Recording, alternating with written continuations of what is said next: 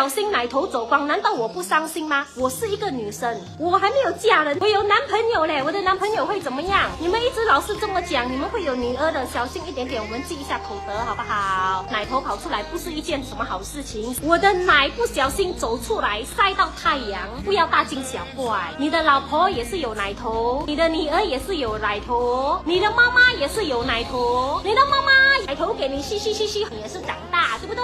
不要侮辱我们女人的奶头。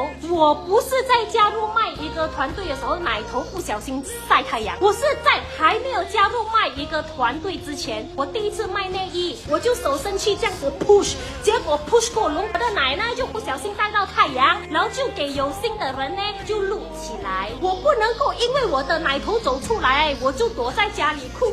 阿媽，喂，奶頭啊，本應該看到死了咯，該用辦。